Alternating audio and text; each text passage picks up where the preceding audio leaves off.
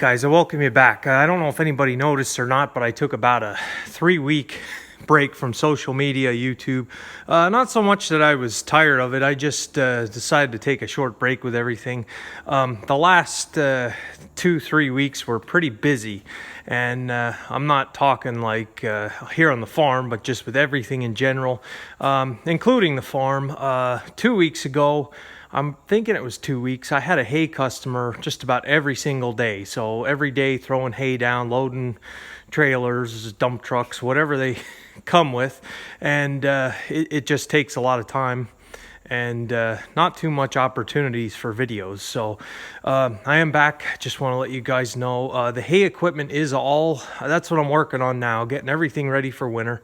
The hay equipment is all greased. I blew it all off, sprayed some of it with oil, and parked it. So we're pretty well done. The weather is fit. I'm down to just like 2 acres of hay that didn't get cut, and I'm gonna let it go because it's not the best hay, I'll say that much. It's just not good hay. So had problems with second cut this year. So this is a prime example here. This is hay that got rained on 4 times until it got in this condition, in a bale. Fighting with the weather. We were supposed to have days with no rain, and we ended up getting it anyway.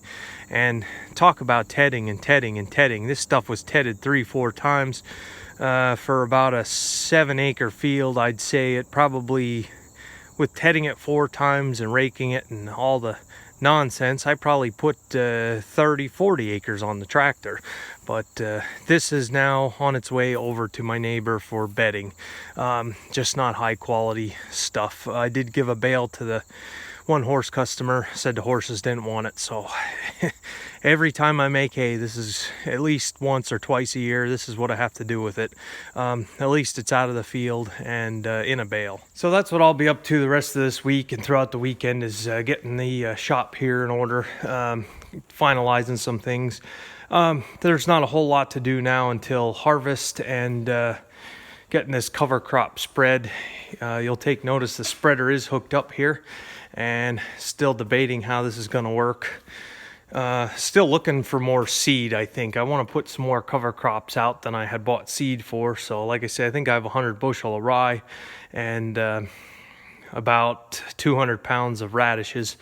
So we'll see. We'll keep working at that. The rest of this video is video that I had taken, I guess it was 2 weeks ago, and just never got up. So I'll leave it there, guys. And again, I have to leave, so that's where we'll end today. So I'll see you on the next one, and won't be long, I don't think, until we get to harvest finally. So, all right, I'll come back with you. All right, guys, welcome back. It's been a while. It's been 2 weeks since my last video. I'm still here. I'm still kicking. Just a lot of busy days at work.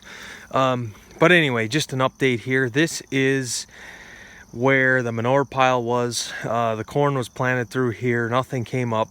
I had planted radishes and rye and a whole mixture of stuff here to try to protect this bare soil. Like I say, this was where the manure pile was. Nothing was going to grow here. And now, once again, with these radishes, I absolutely love tillage radishes. For what they do. I'll pull one out here for YouTube. It's a pretty big plant here.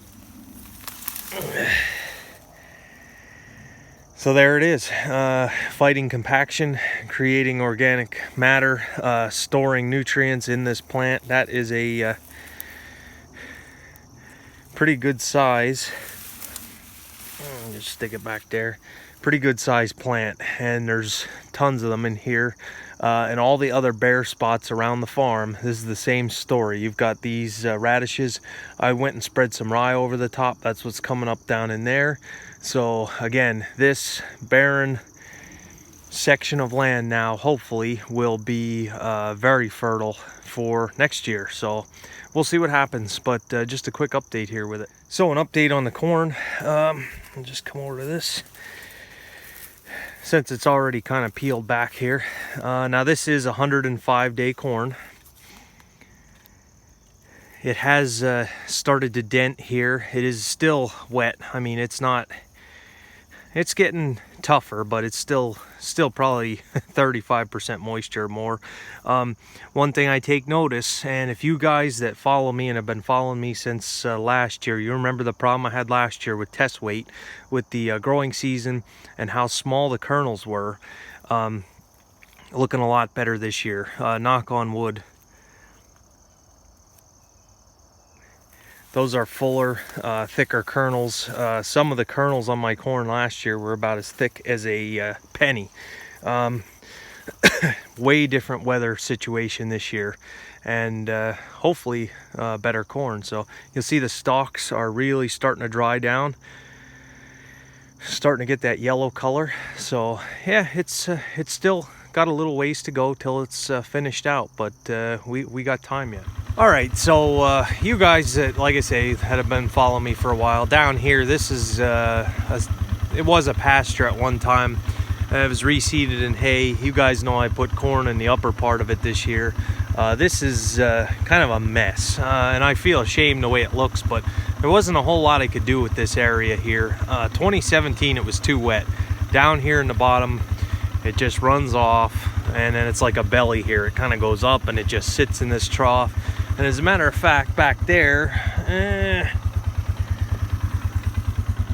yeah, right there, there's a spring, and it never really dries up. And I did spray this in 2018 for broadleaves. You'll see it did have a little effect. There is some hay here, but this is ground that I haven't been able to do anything with. It's just the wet years we've been having. This year I possibly could have got down here if I had some more time, but it just didn't work out that way. Rotocutter, that's gonna be the solution, but I don't have one. I have one on my list, but with the way last year went, I could definitely not afford to buy any equipment. So, and it gets steep. See how that just goes up, which to rotocut it, it's nothing. You can just go up and down. The landlord was here working. There were briars and sticker bushes that were coming up along this bottom edge, and there's nothing I could do with that either, even to get in there, because when these woods were logged out, the skidder was dragging the logs, and you guys remember me telling you this story, and the ruts were just too deep, and I was kind of afraid I was gonna dump the tractor driving in one of those ruts. So it is kind of a shame down here. This is more hay. It's ground that could be in production, but the last we'll say 2.5 years, because the beginning of this year was too wet to get down in here. This is bottom land. As far as planting like a corn down in here, I don't know if that'd be an option. More like in this level area, and then just let this hill here. I don't know.